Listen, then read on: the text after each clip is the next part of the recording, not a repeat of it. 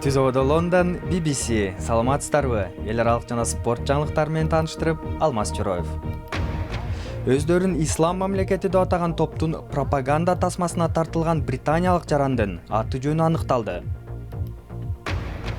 АКШнын президенти Барак Обама жарылга аркылуу курал алып жүрүүгө көзөмөлдү күчөттү. Аба өтө кир болгондуктан Дели шаары көчөдөгү унаалардын санына чектөө киргизди. Бул кадамдан кийин аба тазаланабы? Өздөрүн ислам мамлекети деп атаган топтун пропаганда тасмасына тартылган адамдын аты жөнү аныкталды. Британиянын чалгын кызматынын өкүлү BBC'ге тасмадагы Британиянын жараны мусулман динин кабыл алган Сиддхарта Дхар деп билдирди. Видеодогу адам тыңчы деп айыпталган 5 кишини өлүм жазасына тарткан. Бул видеодо британ акценти менен сүйлөгөн бет капчан киши Британияны коркутуп шылдыңдайт. Алакандай аралдын лидери бизди коркутканы кандай кызык. Видеодогу адам ислам динин карманган лондондук хинду үй бүлөсүнөн чыккан Сиддхарта Дхар болушу мүмкүн деген жоромол BBC'ге белгилүү болду. Ал Британияда жүргөндө деле динге өтө берилгенин жашырчу эмес. Телеберүүлөрдө ислам мамлекети тобун колдоп, ага кошулаарын ачык эле айтчу. Эми халифат бар. Менимче көптөгөн мусулмандар ал жака баргысы келет. Анын Лондондогу эжеси Коника Дхар аудиодогу үндү укканда нес болуп калганын айтты. Бул үн менин бир тууганымдын үнүнө окшош экен, бирок кыска клипти тыкыр көрүп чыккандан кийин буга толугу менен ишенген жокмун, дейт ал. Тыюу салынган Аль-Мухажирон уюмунун өкүлү видеодогу киши Сиддхарта Дхар экенине күмөн жоктугун BBC'ге билдирди. Атайын кызмат анын көздөрү менен үнүн текшерип жатышат. Дхар 2014 жылдын сентябрында Аль-Мухажиронго мүчө болгону жана террорчулукту колдогону үчүн камакка алынган. Ал паспортун тапшырып, күрөө менен бошотулган.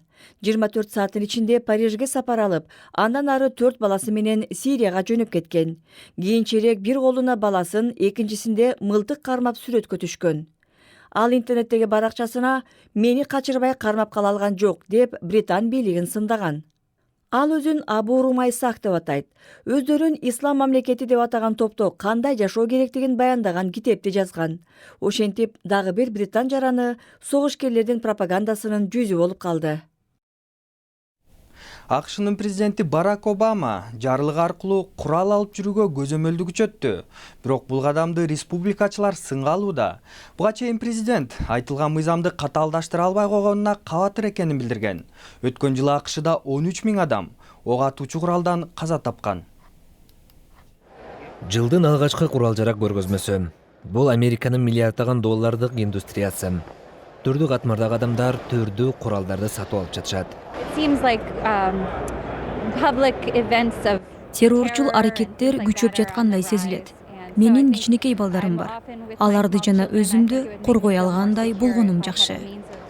Табитке жараша ар кыл куралдар бар. Бала кызыл мылтыктан тарта револьверлерге чейин сатылат.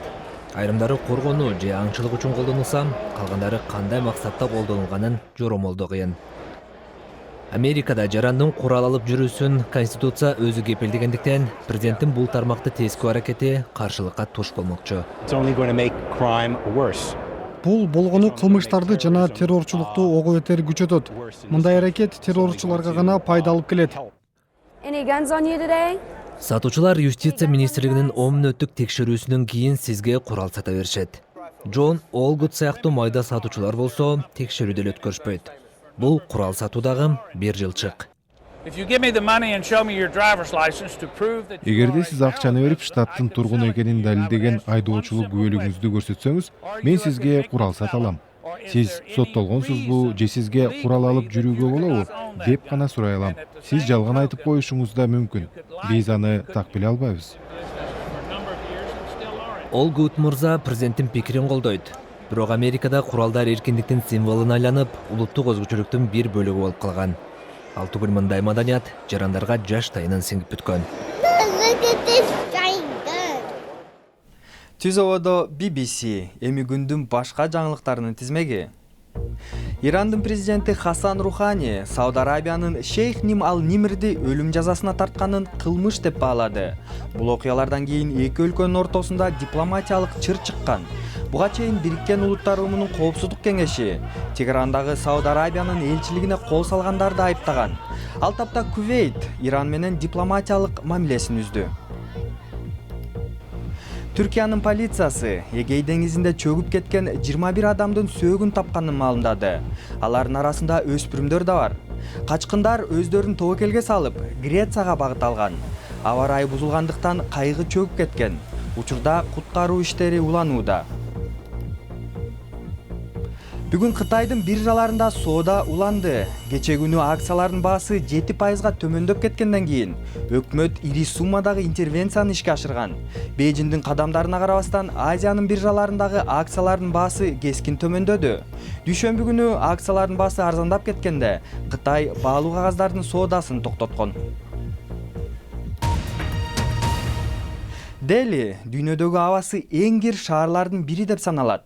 Тургундардан тышкары жогорку сот да шаардын экологиясын сынга алгандан кийин жергиликтүү бийлик 2 апталык долбоор баштап, анда шаардагы унаалардын санына чектөө киргизилди. Ыктыярчылар айдоочуларды Делинин жаңы экспериментине кошулууга чакырышууда. Чектен ашкан аба булгануусун токтотуу үчүн 2 жумалык өнөктүк өтүп жатат. Ага ылайык номурлары жуп жана так санда болгон унаалар 2 башка күнү шаарга чыгышы керек. Өкмөт жол кыймылын жеңилдетиш үчүн мектептерди убактылуу жаап, мектеп автобустарын да токтотту. Шаар мындай өзгөчө чечимдерге муктаж. Ошентсе да Дели жеткиликтүү чараларды көрбөй жатат деген сындар бар. Аба бир гана унаа газдарынан булганган жок. Курулуштан чыккан чаңдар жана шаардын ичинде өрттөлгөн чөптөр да буга себеп болууда. Жаңыкманы колдоо үчүн жеңил унааларды көбүрөөк ишке тартышууда. Интернет аркылуу иштеген Uber такси кызматы жүргүнчүлөрдү жолдон сала кеткен программаны иштеп чыкты. Делинин көчөлөрүндөгү 2,7 миллион унаанын 70%ы бир эле кишини салып жүрөт. Ар бир машинадагы 3 бош орун толсо, бул жолдон 3 машинаны алып салганга барабар. Биз технологиянын жардамы менен бул көйгөйдү чечсек болот. Дүйнөлүк саламаттыкты сактоо уюмунун көрсөткүчү боюнча, дүйнөдөгү абасы булганган 20 шаардын 13-ү Индияда жайгашкан. Эгер Делидеги жаңы ыкма ийгиликтүү иштеп кетсе, анда аны башка шаарларда колдоно баштамакчы. Эми спорт. Футболдон баштайбыз. Зинадин Зидан 13 жылдын ичинде Реал Мадридтин 14-чү тренери болуп дайындалды. Кече күнү 7 айдан кийин Бенитес иштен кетирилген. Реал айтылган мөөнөттө 17 жолу утуп, 5 жолу тең чыгып, 3 эле жолу жеңилген. Учурда Реал биринчи орунда турган Атлетико Мадридтен 4 упай артта келе жатат. Adidas компаниясынын жетекчиси Манчестер Юнайтеддин футбол ойноо стилин сындап чыкты. Компания өткөн жылы Юнайтед менен 1,1 миллиард долларга тете 10 жылга созулган демөөрчүлүк келишимге кол коюп, дүйнөлүк рекордту жаңырткан. Жетекчи Хейнердин айтымында, бизнес жагынан соода мыкты жүрүп жатканы менен Юнайтеддин беттештери кызыксыз болуп жатат. Риодогу Олимп оюндарына бир нече ай калганда, мелдештер өтө турган стадиондордун биринде электр жана суу өчүрүлдү. Көрсө, стадион электр үчүн төлөмдөрдү которбой коюптур. Бразилиянын расмийлери стадион май айында Ботафого футбол клубуна өткөнүн айтып, бул төлөмдөрдү клуб которушу керек деген пикирде. Ал эми клуб бул төлөмдөр өткөн жылы стадион оңдолуп жаткандагы учурга туш келгенин белгилеп, аны өкмөт төлөшү керек деп маалымдады. Жаңылыктардын соңунда Кытайдын түндүгүндөгү муздан жасалган шаарчаны көрө кетели. Бүгүн Харбин эл аралык муз фестивали башталды. Өнөрпоздор балка жана ысык суу колдонуп, айкелдерин даярдап бүтүштү. Эстеликтерди көрөм деп миңдеген туристтер жана жергиликтүүлөр фестивалга келет деп күтүлүүдө. Дал ушул Харбин фестивали тууралуу сүрөт баяндамабызды биздин интернет сайтыбыздан көрө аласыз. Дарегибиз bbc-kyrgyz.com. Сиздер менен мен Алмаз Чороев болдум. Саламатта калыңыздар.